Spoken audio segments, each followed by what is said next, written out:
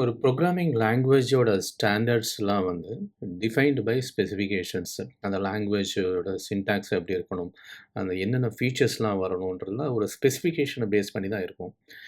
For example ஒரு C ஷார்ப்னு ஒரு லாங்குவேஜ் எடுத்துக்கிட்டிங்கன்னா, அது மைக்ரோசாஃப்ட் டிஃபைன் பண்ணுறது தான். அவங்க மைக்ரோசாஃப்ட்டோட ஓன் லாங்குவேஜ்ன்றதுனால define their own standard. But JavaScript வந்து அந்த மாதிரி கிடையாது. It's an open open language. அதோட இம்ப்ளிமெண்டேஷனே பார்த்தீங்கன்னா, டிஃப்ரெண்ட் இன்ஜின்ஸ் இருக்கு. ஸோ சி ஷார்ப்ன்றது மைக்ரோசாஃப்ட் மட்டும் தான் இம்ப்ளிமெண்ட் பண்ணியிருக்கு. அந்த இன்ஜின. அந்த இன்ஜின தான் எல்லாருமே யூஸ் பண்ற மாரி இருக்கும். பட் ஜாவாஸ்கிரிப்ட் அப்படி கிடையாது. ஒரு குரோம் ப்ரௌசர்ல ரன் ஆகணும். ஒரு சஃபாரில ரன் ஆகுறது. அதுக்கப்புறம் it needs to run in the Node JS back எண்ட்ல ரன் பண்றதுக்கு. ஒவ்வொன்னுமே ஒவ்வொரு இன்ஜின்ல இருக்கும். அந்த engine developed by different companies. So different group of people are developing the engine சொல்லும்போது, அது எல்லாத்துக்கும் ஒரு காமனான ஒரு ஸ்டாண்டர்ட் இருந்தா தானே பண்ண முடியும். ஸோ அந்த ஸ்டாண்டர்டு தான் வந்து எக்மாஸ்கிரிப்ட். இஎஸ்ன்னு சொல்றோம் இல்லையா? ES is nothing but ECMAScript. Okay. It's a European computer manufacturers association. So அவங்க டெவலப் பண்ணியிருக்கிற சில ஸ்டாண்டர்ட்ஸு ஸ்கிரிப்ட் எப்படி இருக்கணும், அதோட என்னென்ன ஃபீச்சர்ஸ்லாம் இருக்கணும், ஸ்பெசிஃபிகேஷன்ஸு. ஓகே. ஸோ இது எல்லாமே வந்து ஒரு டாக்குமெண்ட்டா ஒரு ஸ்டாண்டர்ட் ரிலீஸ் பண்ணியிருப்பாங்க. அத பேஸ் பண்ணிட்டு தான் ஜாவாஸ்கிரிப்ட்டோட இம்ப்ளிமெண்டேஷனே இருக்கும். ஸோ ஒவ்வொரு இன்ஜின்லயும் it will be implemented. So that ஒரு காமனா நீங்க ஒரு ஜாவாஸ்கிரிப்ட் லாங்குவேஜ் எழுதும்போது, it will work across multiple engines. குரோம்லயும் ஒர்க் ஆகுது, சஃபாரிலயும் ஒர்க் ஆகுதுன்னா, even though there's implementation is different engines, they follow the same standards. So so இந்த எக்மாஸ்கிரிப்ட்டோட ஸ்டாண்டர்ட்ஸை நம்ம ஆன்லைனில் பார்க்க முடியும். எக்மாக்குள்ள போய் எக்மா இன்டர்நேஷனல்ல போய் பார்த்தீங்கன்னா உங்களுக்கு தெரிஞ்சிரும். So that has the standards. Different editions இருக்கு. ES6ன்னு சொல்றது இந்த 6த் எடிஷன் தான் ES6. அதுக்கப்புறம் வந்து 6த் எடிஷன்ஸ்க்கு அப்புறம் தான் லாட் ஆஃப் ஃபீச்சர்ஸ் ஜாவாஸ்கிரிப்ட்டோட வெர்ஷன் பிஃபோர் ES6, ஆஃப்டர் ES6ன்றது ஒரு 2 டிஃப்ரெண்ட் ஜெனரேஷன் மாரி எடுத்துக்கலாம். இந்த modern programming started from ES6. ES6 plus ஏன் சொல்லுன்னா, 6க்கு அப்புறம் எல்லா வெர்ஷன் அப் டூ 15த் வெர்ஷன் வரைக்கும் இருக்கு இல்லையா?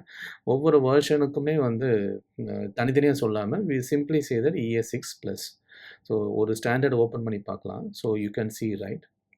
ஸோ இதில டேட்டா டைப்ஸ் என்ன வேல்யூஸ், ஸோ பூலியன் ஆப்ஜெக்ட்னா எப்படி இருக்கும், ஸ்ட்ரிங் ஆப்ஜெக்ட் எப்படி இருக்கும், ஓகே நோட்டேஷன்ஸு கம்ப்ளீட். இது இது டீட்டெயிலா இது பார்த்தா உங்களுக்கு புரிஞ்சிரும். ஸோ இந்த செஷன்ல நம்ம ES6ஓட ப்ளஸ் ஃபீச்சர்ஸ நம்ம டீட்டெயிலா பார்க்கலாம். ஸோ மாடர்ன் டெவலப்மெண்ட் ஜாவாஸ்கிரிப்ட்ல எழுதுறோன்னா, இதுதான் ஸ்டார்ட்டிங் பாயிண்ட். ஸோ இதுக்கு முன்னாடி இருந்த வெர்ஷன்லாம் நாங்க நெறைய ஒர்க் பண்ணியிருக்கோம். பட் அதில நெறைய சேலஞ்சஸ் இருக்கும் கோட் எழுதுறதுக்கு. ES6க்கு அப்புறம் ஒரு modern way of writing in JavaScript is possible. So ES6 plus features ஒரு 6 இம்பார்ட்டன்ட் ஃபீச்சர்ஸ நம்ம இந்த செஷன்ல பார்க்கலாம். Let const. ஆக்சுவலி இதெல்லாம் ஆல்ரெடி நம்ம யூஸ் பண்ணிட்டு தான் இருக்கோம். But I put all together ஒரு ஈஸியா அண்டர்ஸ்டாண்ட் பண்ணிக்கிறதுக்கு we will see one by one. Let const ஒரு வேரியபிள டிக்ளேர் பண்றதுக்கு we use a let const. You can compare with var. Old அப்ரோச்ல வேர் இருக்கும். After ES6 we started to use a let and const. Arrow functions, template return for string, destructuring இது last 3மே புதுசா இருக்கும். Spread, rest operator, module, import and export. Okay. So இது ஒவ்வொரு ஃபீச்சரையும் கொஞ்சம் டீட்டெயிலா நம்ம கோட்ல பார்த்தா இன்னும் இன்ட்ரஸ்டிங்கா இருக்கும். Will see in code. Line number 5ல நம்ம பார்க்குறோம் இல்லையா? லெட் ஒரு வேரியபிள் டிக்ளேர் பண்ணணும்னாலே we we need to use a let, const, var. So இது ஆல்ரெடி பார்த்தாச்சு. லெட்ன்றது ஒரு it's a let and const both are block scoped. So இந்த டீட்டெயிலாக நமக்கு தெரியும். So let you need to understand what is let. It is use to define a variable. Constant சொல்லிட்டாக்கா it's a fixed value. It cannot change. So இந்த எக்ஸாம்பிளில் let const ரெண்டுமே declare பண்ணியிருக்கோம். We are printing the values at line number 9 and 10. Okay. நான் இதை மட்டும் comment பண்ணிவிட்டு will see.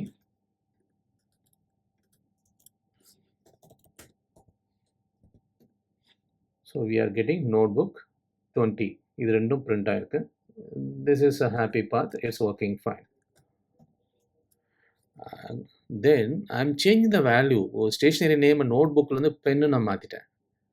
I can able to print the values. Item price நான் மாத்துறேன். See, நான் இங்க கான்ஸ்டன்ட் டிக்ளேர் பண்ணிட்டு I'm trying to change the value. 10 நான் போடுறேன். ஸோ இப்போ நான் இதையும் கமெண்ட் பண்ணிவிட்டு இந்த பென்னு சேஞ்ச் ஆயிருக்கான்னு மட்டும் பார்ப்போம். It's change to pen. I can see right, நோட்புக்கும் பிரிண்ட் ஆகுது ஃபஸ்ட்டு, அதுக்கப்புறம் பென்னும் சேஞ்ச் ஆயிருக்கு. இப்போ நான் ஒரு கான்ஸ்டண்ட்டை சேஞ்ச் பண்ணி பார்க்குறேன். இந்த கோடை நம்ம எனேபிள் பண்ணுவோம். So you will get a error. Assignment to constant variable. So it is saying that item price equal to 10 in the wrong statement because it is declared as a constant, right? So we need to be very careful about choosing the type of the way of declaration. Next is arrow functions. Line number 9 la paakra calculate price. This old approach, function and the keyword use பண்ணிட்டு function name parameter pass பண்றது. This is a old approach. The new approach la arrow functions. Calculate price நம்ம என்ன பண்ணியிருக்கோம், same தான், அதை அப்படியே reformed பண்ணிக்கலாம். Line number 9ல் சொல்லி calculate price 1 அப்படின்னு போட்டுட்டு ஈக்குவல் டு ஒரு கைண்ட் ஆஃப் ஒரு வேரியபிள் அசைன்மெண்ட் மாதிரி தான் இருக்குது பாருங்கள். கான்ஸ்ட் calculate price 1, அதுக்கப்புறம் open the parenthesis and pass the parameters, arrow function and the curly braces. Okay, you are defining your logic. இந்த லைன் நம்பர் 9ல் இருக்கிற ஃபங்க்ஷன் அப்படியே கன்வெர்ட் பண்ணிக்கோ ஒரு arrow function. I suggest you go and use arrow function always. That's a better approach. Okay.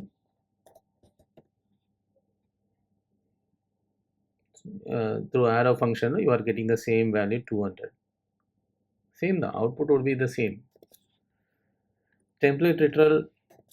So here இந்த இடத்துல நம்ம stationery name notebook இருக்குது, item price எல்லாம் இருக்குது. டெம்ப்ளேட்டில் யூஸ் பண்ணிவிட்டு நம்ம என்ன பண்ண முடியும், ஸ்ட்ரிங்ஸ் எல்லாம் combine, not only string, you can combine the references ஸ்ட்ரிங்காக கன்வெர்ட் பண்ணிக்க முடியும். ஸோ ஃபைனலாக ஒரு ஃபார்மேட்டட் ஒரு ஸ்ட்ரிங்கு நமக்கு கிடைக்கும்.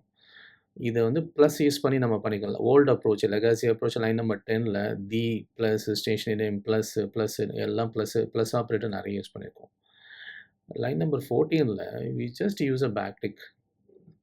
அந்த ஒரு தடவை ஸ்டார்ட் பண்ணி கோட் ஆரம்பித்து எண்டில் முடிச்சுட்டு அப்படியே சென்டென்ஸ் எழுதிட்டு எங்கெல்லாம் வந்து சேஞ்ச் ஆகுதோ வேரியபிள் இருக்கோ அங்கே மட்டும் ஒரு டாலர் கர்லி பிரேஸ் போட்டுட்டு simply put this variable. Compare பண்ணாலும் தெரியும், மெசேஜ் 1 மெசேஜ் 2 ரெண்டுத்தையும் கம்பேர் பண்ணிங்கன்னா the approach you can easily understand the template return. So this is a template return. This is one of the new feature introduced in ESX. Output is same. Destructuring. இதுலேருந்து கொஞ்சம் புது informations start ஆகுது. டீஸ்ட்ரக்சரிங்கில் பார்க்கும்போது first you will see the output and then you will understand what is destructuring. Line number 5ல we declared a stationary items. Okay. இப்போது line number 8ல் notebook item மட்டும் நான் எடுக்கிறேன். இப்போது stationery item index 0, first value நம்ம notebook எடுக்கிறதுனா அந்த 0 கொடுக்குறோம். பென் ஐட்டமுக்கு we give 1, பென் ஐட்டமுக்கு 1 லைன் நம்பர். ஸோ அதுக்குள்ளே இருக்கிற ஒவ்வொரு வேல்யூ நான் எடுக்கணும் அப்படின்னா we need to pass the indexes. இதை ரொம்ப ஷார்ட்கட்டில் நம்ம பண்ணணும். லைன் நம்பர் 15ல் பார்த்தீங்கன்னா லெட் ஒரு ஸ்கொயர் ப்ராக்கெட்டில் you directly pass a variable references equal to array. இங்கே இண்டெக்ஸ் ஆஃப் இதெல்லாம் லைன் நம்பர் 8 லைன் நம்பர் 9 இவ்வளோ 2 ஸ்டெப்ஸ் கொடுக்குறதுக்கு ஒரே ஸ்டெப்பில் முடிஞ்சிச்சு. This is called destructuring. Already இது ஸ்ட்ரக்சர் ஆகிருக்கு லைன் நம்பர் 5ல், அதை டீஸ்ட்ரக்சர் பண்ணுறோம். எந்த value passed on the index. இப்போது ஃபஸ்ட் இண்டெக்ஸில் இருக்கிறது நோட்புக்னு எடுத்துக்கும், செகண்ட் பென்னு, ஸ்டாப்லர் வேணால் யூ ஜஸ்ட் போட்டு ஸ்டாப்லர் கூட போட்டுக்கோங்க. ஸ்டாப்லர் அது எக்ஸாக்டாக ஜஸ்ட் ஒரு வேரியபிள் நேம் தான். அந்த ஸ்டாப்லும் கொடுத்துட்டு லாகு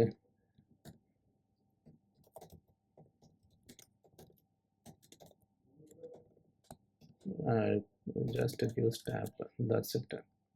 You run ஸோ உங்களுக்கு வேல்யூஸ்லாம் கிடைக்குது. நோட் புக்கு ஸ்டாப்புக்கு வந்து ஸ்டாப்லர் வந்து இஸ் பிரிண்டிங். நான் ரெஃபரன்ஸ் எடுக்குது ஸ்டாப்னு ஒரு வேரியபிள் எடுக்கிறேன். அதோட value stapler. Right. So this is destructure. ஒரே சிங்கிள் லைனில் modern way of writing destructuring. இப்போ அரே பார்த்த மாதிரி we can destructure object. Stationery item இருக்குது. லைன் நம்பர் 3ல டிக்ளேர் பண்ணியிருக்கோம். நேம் குவான்டிட்டி இருக்குது. லைன் நம்பர் 10ல we are getting the item name, notebook, item quantity 10. இது நம்ம எப்படி எடுக்கிறோம்? Stationery item dot name dot quantity. இந்த மாதிரி 2 ஸ்டெப்ஸை நம்ம பண்ணுறதுக்கு லைன் நம்பர் 15ல it's very simple and straightforward. இது ஆப்ஜெக்ட்ன்றதுனால கர்லி பிரேஸில் நம்ம ஸ்டார்ட் பண்ணிவிட்டு you put the placeholder. இங்கே வந்து கீஸை நம்ம கொடுத்தாலே போதும். இண்டெக்ஸ் பேஸ்டு இருக்கிறது அரேல. இங்கே இண்டெக்ஸே பிரச்சனை கிடையாது. டேரெக்டாக நம்ம கீஸை கொடுத்துட்டாலே யூ வில் கெட். இங்கே கீஸ் வந்து என்ன இருக்குது? நேமு குவான்டிட்டின்னு இருக்குது லைன் நம்பர் 4 and 5ல. அந்த கீஸை கொடுத்தாலே you will get the reference. இது ஆப்ஜெக்ட் டீஸ்ட்ரக்சரிங். தயவுசெய்து இதை நல்லா டீப்பாக படிங்க. It's very important. நிறைய ஆன்சர் பண்ணி பாருங்கள். Very easy. இது காம்ப்ளெக்ஸான கோடை ஈஸியாக எழுதிட்டு போயிடலாம். Getting the values. இப்போ ஓல்டு அப்ரோச்லேயும் போட்டிருக்கேன், நியூ அப்ரோச்லேயும் போட்டிருக்கேன். Spread operator. ES6ஓட பெனிஃபிட் இதை பார்க்கும்போதே புரிஞ்சிருக்கும்னு நினைக்கிறேன். இந்த மாதிரி மாடர்ன் ப்ரோக்ராம் எழுதுறதுனால தான் ES6 அண்ட் அபவ் வந்து இட் ஈஸி டு ரைட். இதில் லைன் நம்பர் 4ல் ஒரு அரே இருக்குது. ரைட்டிங் ஐட்டம்ஸு, பேப்பர் ஐட்டம்ஸு 2 பிரிச்சிருக்கேன். பேப்பர் ஐட்டம்ஸில் பேப்பர் பேஸ் பண்ணியிருக்கேன். ட்ராயிங் புக்கு, நோட் புக்கு இதெல்லாம் குரூப் பண்ணி ஒரு அரேயில் போட்டிருக்கேன். Writing items pen, pencil. All stationery item எம்டியாக இருக்குது. இப்போது ஆல் ஸ்டேஷ்னரி ஐட்டம்ஸை நம்ம கொண்டு வரோம். இப்போ என்ன பண்ணியிருக்கேன் பாருங்கள். ஆல் ஸ்டேஷ்னரி ஐட்டம் இனிஷியலாக பிளாங்காக இருக்குது. ஃபஸ்ட்டு இந்த ரைட்டிங் ஐட்டம்ஸை ஐட்ரேட் பண்ணிவிட்டு ஃபாலோவில் போட்டுட்டு புஷ் பண்ணுறேன். ஸோ இந்த புஷ் பண்ணதுனால இனிஷியலாக ரைட்டிங் ஐட்டம்ஸ் இந்த அரே ஐட்டம்ஸ்குள்ளே வந்திருக்கும். அதுக்கப்புறமும் சேம் ஆல் ஸ்டேஷனரி ஐட்டம்குள்ளே we are pushing the paper items. 2 for loop use பண்ணுறோம் ஆல் ஸ்டேஷனரி ஐட்டம்ஸ்க்கு. கரெக்டாக? இவ்வளோ இதை நம்ம பிரிண்ட் பண்ணி பார்க்கலாம்.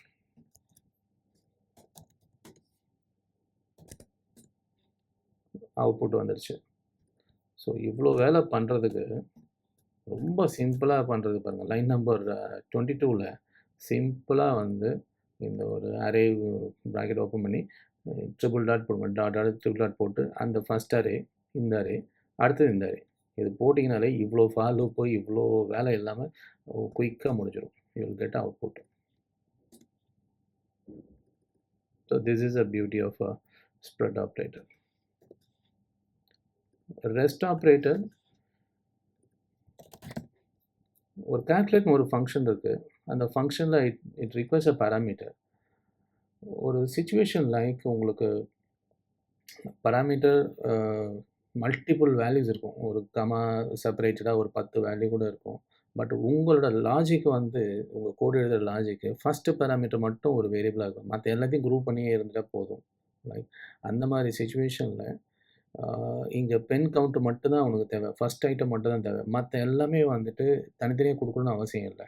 அந்த மாதிரி சிச்சுவேஷன் இங்கே கால்குலேட் டோட்டலாக தான் நான் கால்குலேட் பண்ண போகிறேன். அதர்ஸு பென்னை தவிர மற்ற இந்த இந்த இந்த கால்குலேட் ஃபங்க்ஷனில் I need a count of all the items except pen. அந்த மாதிரி ஒரு ஃபங்க்ஷன் எழுதுகிறேன்னா அந்த பெண்ணை மட்டும் இங்கே வாங்கிட்டு மற்ற எல்லாத்துக்கும் சேர்த்து ரெஸ்ட்டுன்னு போட்டுருவேன்.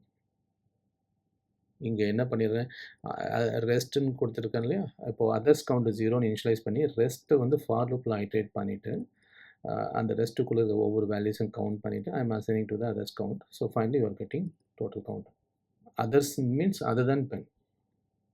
ஸோ இங்கே பாஸ் பண்ணுறது கால்குலேட்டு 10, 25, 31க்கு ஜஸ்ட்டு இது சிம்பிளாக 10 மட்டும் இக்னோர் பண்ணுறோம். ஏன்னா அது வந்து பென் கவுண்ட்டு நம்ம சொல்லிட்டோம் இந்த பேராமீட்டரில். ஸோ அதை தாண்டி 25 + 31 56 நமக்கு வரணும். 56 வந்துடுச்சு. இது கூட வந்து நம்ம எத்தனை ஆட் பண்ணலாம். நான் திரும்ப ஒரு 10 ஆட் பண்ணுறேன், அதுக்கப்புறம் 20 ஆட் பண்ணுறேன், 40 ஆட் பண்ணுறேன். எத்தனை வேணாலும் நீங்கள் டைனமிக்காக நீங்கள் ஆட் பண்ணிட்டே போகலாம். அந்த அந்த 10 ஸ்கிப் பண்ணிட்டு உங்களுக்கு மத்த எல்லாத்தையுமே டோட்டல் இந்த மாரி டைனமிக்கா வர இடத்துல தான் இந்த ஸ்ப்ரெட் ஆப்பரேட் நம்ம யூஸ் பண்றோம். Irrespective of any number of values. எனக்கு ஃபர்ஸ்ட்டு மட்டும் வேண்டாம்னு டிசைட் பண்ணிட்டீங்கன்னா, you can put the rest operator. இந்த ரெஸ்ட் யூஸ் பண்ணி 3 டாட் போட்டு ரெஸ்ட் குடுத்தீங்கன்னா, you will get the reference of all other items இந்த பாராமீட்டர். Import and export. இது காம்ப்ளெக்ஸான அப்ளிகேஷன் எழுதும்போது, this is your starting point. ஒரு ஒரு ஸ்கோப் நம்ம சொல்லும்போது பிளாக் ஸ்கோப்பு, ஃபங்ஷன் ஸ்கோப் சொல்லும்போ, இது மாடியூல் ஸ்கோப்ன்னு நம்ம சொல்லிடலாம். இட் மீன்ஸ் ஒரு கம்ப்ளீட்டா ஒரு அந்த ஆப்ஜெக்ட் ஸ்ட்ரக்சர் லைக் ஒரு மாடியூல் எழுதும்போது, அந்த மாடியூலுக்கான ஃபங்ஷன்ஸ் எல்லாத்தையும் குரூப் பண்ணி ஒரு ஃபைல்ல போட்டுட்டு, இன்னொரு ஃபைல நம்ம கால் பண்றது, we can do via this operation. This is also one of the scope approach. இப்போ ஃபார் எக்ஸாம்பிள் இந்த எம்ஜேஎஸ் வச்சு கன்ஃப்யூஸ் பண்ண வேண்டாம். நோட்.js பொறுத்த வரைக்கும் இந்த மாடியூலுக்கு வி யூஸ் எம்ஜேஎஸ். ஃப்ரண்ட் எண்டில் அந்த மாதிரி இருக்காது. லைக் ரியாக்ட் எல்லாம் யூஸ் பண்ணும்போது we don't need to write simply JS போட்டாலே போதும். ஸோ நோட்.js நான் எடிட்டர் யூஸ் பண்ணுறதுனால use dot MJS. So you need not worry about that. So module export இப்போ என்ன நடக்குது பாருங்கள். இதில் ஒரு கான்ஸ்டன்ட் கொடுத்துருக்கேன். அரே 2 அரே இருக்குது, ஒரு ஃபங்க்ஷன் இருக்குது. இது எல்லாத்தையும் ஒரு ஆப்ஜெக்டாக கம்பைன் பண்ணி போட்டு நம்ம இந்த ஃபைலுக்குள்ளே யூஸ் பண்ணால் ஃபைன். பட் இது வேறு ஒரு ஃபைலில் நான் இதெல்லாம் கால் பண்ண போகிறேன். ஸோ இதில் we need to do export. எதெல்லாம் மற்ற ஃபைலில் யூஸ் பண்ணணுமோ அதுக்கு எக்ஸ்போர்ட் கொடுங்க. ஸோ இந்த ரைட்டிங் இந்த அரேவை எக்ஸ்போர்ட் பண்ணுறேன், ரெண்டுத்தையும் எக்ஸ்போர்ட் பண்ணியிருக்கேன். டிஃபால்ட்டுன்னு ஒன்று போட்டுட்டு இந்த ஃபங்க்ஷனை எக்ஸ்போர்ட் பண்ணுறேன். ஒரு ஃபைலுக்கு ஒரே ஒரு டிஃபால்ட் தான் இருக்கும். மல்டிபிள் டிஃபால்ட் இருக்காது. பட் எக்ஸ்போர்ட் மல்டிபிள் இந்த எக்ஸ்போர்ட் இருக்கும். பட் டிஃபால்ட் எக்ஸ்போர்ட்ன்றது ஒன்று தான் இருக்கும். அதோட இம்பார்ட்டன்ஸ் என்னன்னு பார்க்கலாம். நான் இங்கே யூஸ் பண்ணுறேன். இம்போர்ட் எக்ஸ்போர்ட் டாட் எம்ஜேஎஸ் இந்த ஃபைலுக்கு நான் யூஸ் பண்ணுறேன். You need import it. அங்கே நான் எக்ஸ்போர்ட் பண்ணிவிட்டு I need to import it. Import வந்து டிஃபால்ட்டு கொடுத்ததை வெளியில் போட்டுட்டு கர்லி பிரேசஸில் மற்ற எல்லா இம்போர்ட்டும் நீங்கள் போட்டுக்கலாம். Paper items, writing items, file name கொடுத்துட்டு you can call it directly.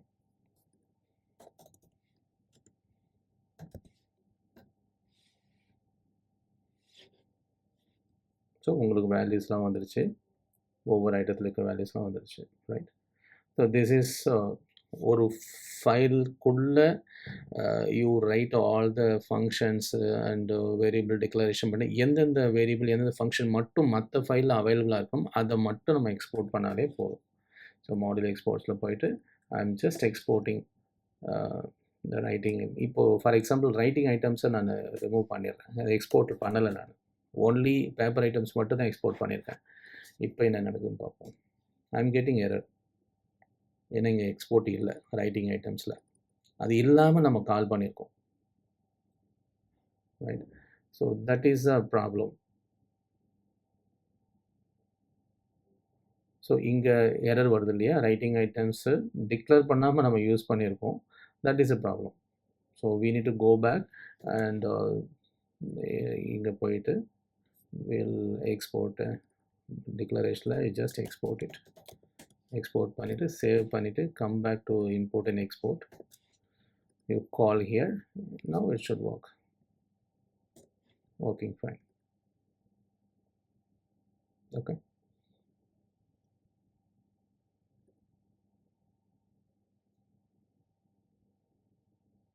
So let's move to TechByte. Let the const or dash scoped variables. Is it a function scope or block scope?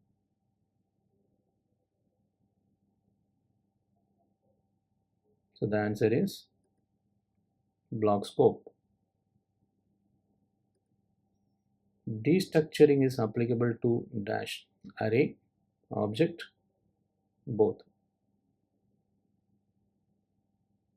So the answer is both. Template return is used for concatenation of dash, string, array, both. So the answer is string. So இந்த செஷனில் நம்ம ESX plus ஃபீச்சர்ஸை பார்த்துருக்கோம். ECMAScript ஸ்டாண்டர்ட்ஸை பற்றின ஒரு இன்ட்ரொடக்ஷனும் கொடுத்தாச்சு.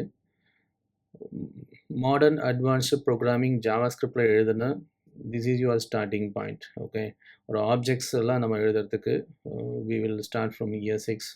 நிறைய features இருக்குது.